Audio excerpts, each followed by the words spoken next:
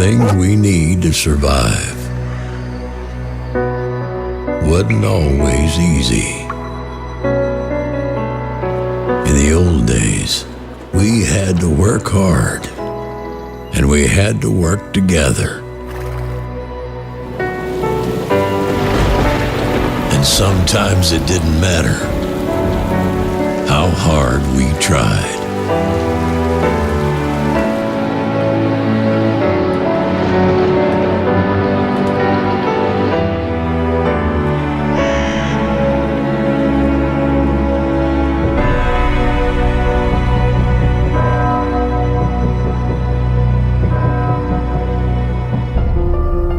But when farms became villages, and villages became towns, and towns became cities,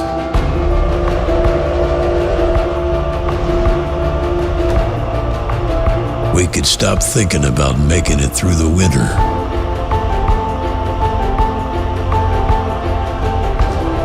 and start thinking about other things.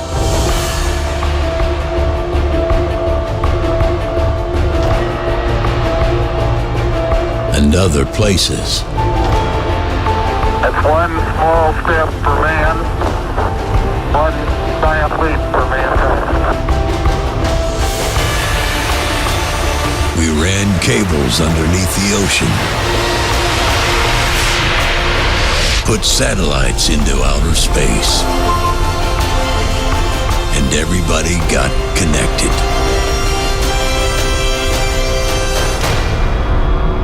But as everything was advancing, we were becoming dependent on a new resource. You see, today, for the whole thing to work, it needs electricity. We need electricity to pump the gas that moves our tractors through the field and our trucks down the road. We need electricity to run our factories, to power our supermarkets, and to do the simple things that make a house feel like home. We need electricity to control and pump the water we drink, to synthesize our medicine, put gas into our cars, and to light up all of the handheld modern technology that we've come to depend on.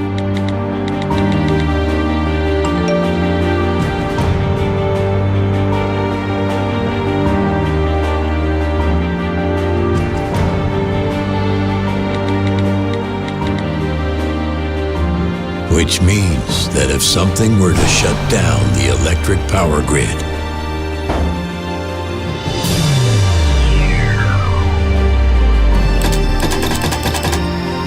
we, the people of the modern world, would find ourselves suddenly without the most basic things we need to survive.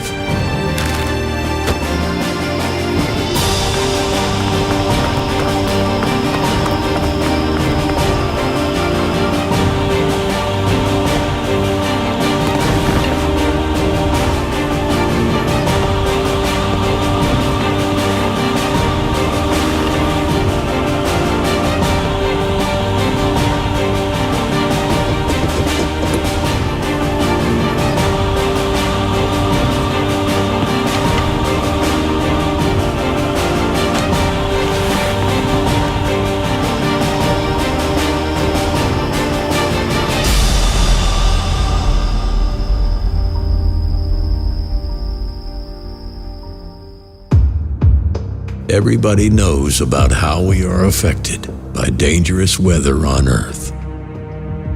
But not many folks know about how we are affected by dangerous weather on the sun.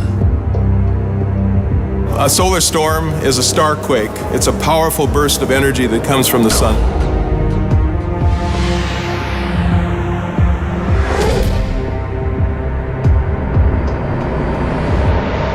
In the mid-19th century, we had the Carrington incident, which was a huge space weather impact on Earth. Literally the only electric technology that existed at that time was the telegraph system.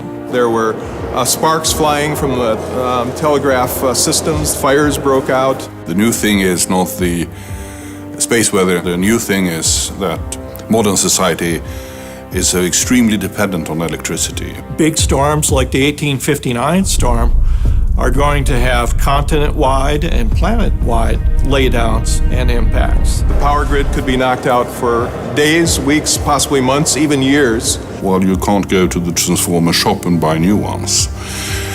You have to build them, and that takes several months, a year perhaps. The probability of a powerful storm occurring, let's say within the next decade, is quite high. We know it's going to happen, but we don't know exactly when.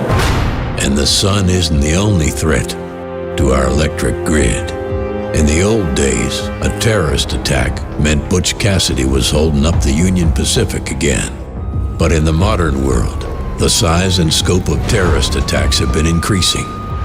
Nuclear technology is proliferating, and unstable nations or terrorists who get access to it can create something called an electromagnetic pulse, or an EMP. And a nuclear EMP is accomplished by detonating a nuclear device 20 kilometers and higher in the atmosphere.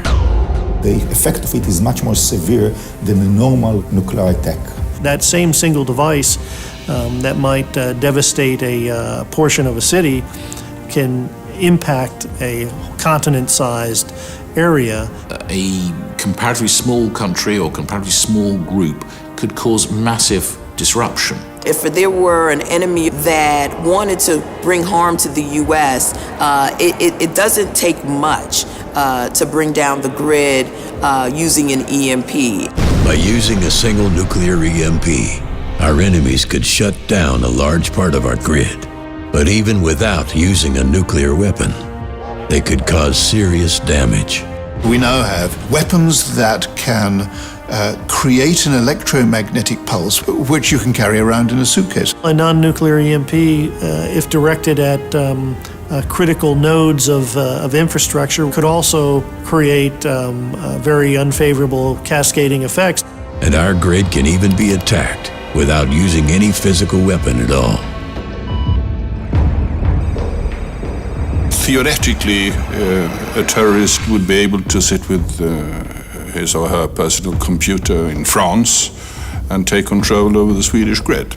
EMP, space weather, cyber, severe terrestrial weather, earthquakes. We're talking about hazards that could bring down large areas of the power grid for long durations.